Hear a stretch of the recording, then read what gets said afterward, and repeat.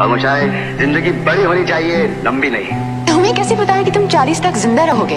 यही कि क्या फर्क है 70 साल और 6 महीने में। मौत देख पला बाबू मुझे। उन चीजों के लिए वक्त निकालो जिनसे तुम्हें सचमुच खुशी मिलती है। जो दिन, जो घड़ी, जो खुशी, जो भी जिंदगी में मिले उससे बटोर लो। Seize the day, my friend.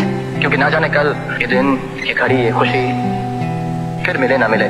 पहले इस दिन को पूरी तरह जियो, फिर 40 के बारे में सोचना। जब तक जिंदा हूँ तब तक मरा नहीं, जब मर गया साला मैं ही नहीं, तो फिर डर किस बात का?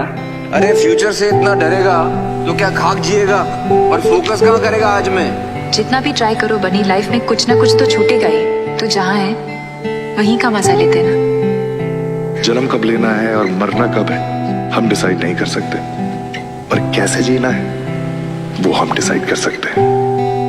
आप कहना क्या चाहते हैं? हम एक बार जीते हैं, एक बार मरते हैं। Take your chance baby. सुनो, जियो, खुश रहो, मुस्कुराओ, क्या पता